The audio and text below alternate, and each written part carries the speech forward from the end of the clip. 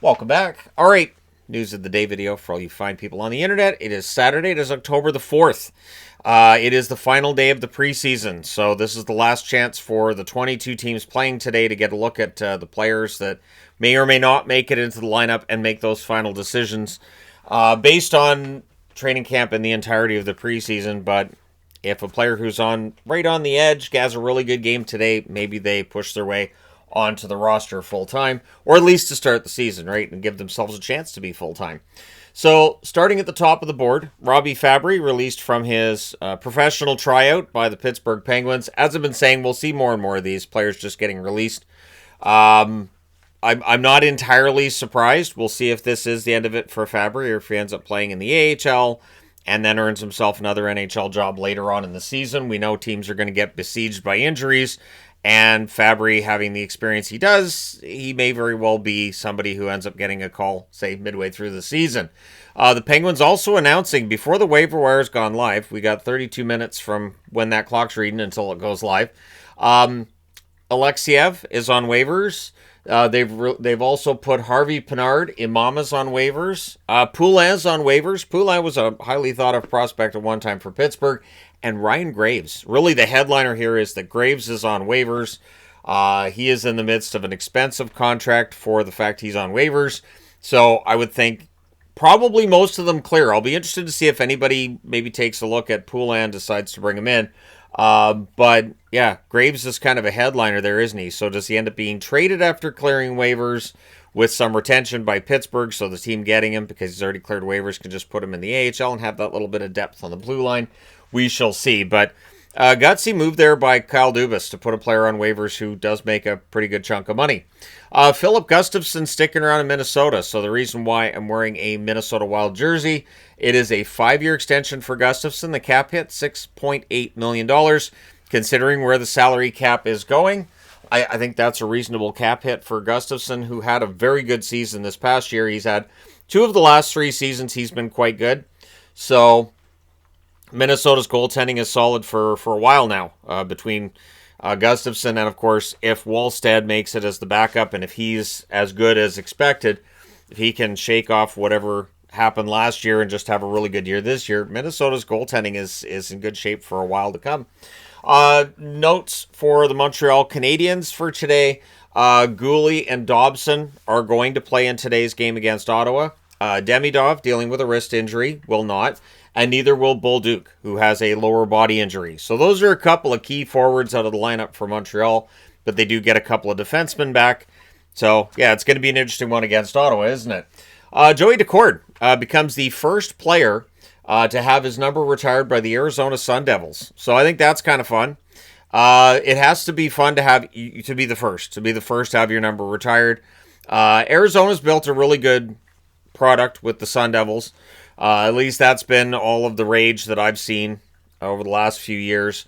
Arizona's built up a pretty good system there, and it's nice to see them recognizing Daccord and retiring his number. He's become a pretty darn good goaltender for Seattle, so yeah, it's nice to see that honor bestowed upon him. Cole Perfetti, dealing with a lower body injury.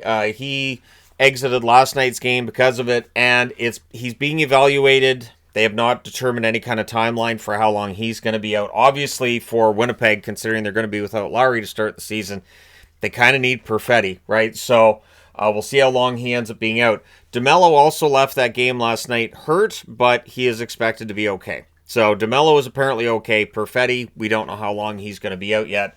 But not great news for the Winnipeg Jets if they're going to be without Perfetti to start the season. Ottawa will have Nick Jensen in their lineup to play today against Montreal. Jensen's first preseason game, so it's always nice to get into a game before the games matter and have a chance to get new chemistry with or get chemistry with potentially somebody new playing next to you, right? Because it's a new season, you never know what's going to happen. So good on Jensen being back. Interesting discussions around Vancouver regarding Lecker-Mackey. And Jake DeBrusk, he sees with the release that Lecker-Mackey's shot has comparisons to Pastrnak. I don't think he's saying that he's another David Pastrnak. Just saying that the release, the way the puck comes off of his stick when he shoots, is very similar. There's been a lot of discussion about Coots and Lecker-Mackey, and whether or not both of them are going to make the Canucks out of training camp. But yeah, Jake DeBrusk, I would say he has a good idea of how Pasternak's shot works since he played with him. And so the comparison with Lecker-Mackey is nice to see. The Canucks do have some decent young options on this roster at this time.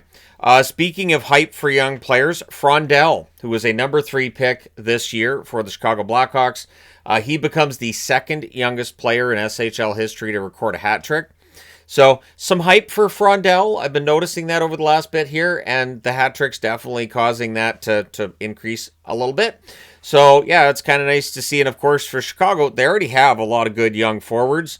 Frondell's just going to be the next really good young forward. So things are going pretty well for Chicago in terms of the prospects and the young guys, and now it's just a matter of turning around the product on the ice and having a team that can win a little more regularly.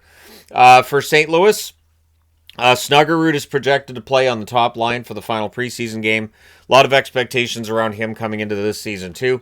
Dvorsky's in the lineup for today as well. So we'll see who ends up making the roster for St. Louis.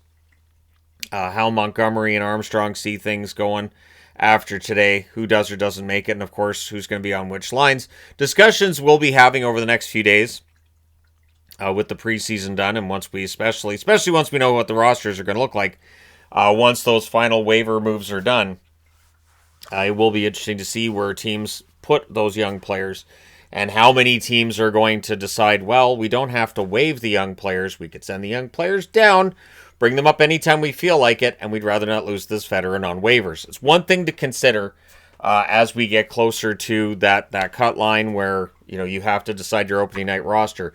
General managers will very often lean towards keeping a player up who would have to clear waivers to get sent down, and they'll send a young player down because then you have that flexibility of being able to bring him up later, and he doesn't need waivers. But either way, it's going to be an interesting next couple of days, isn't it?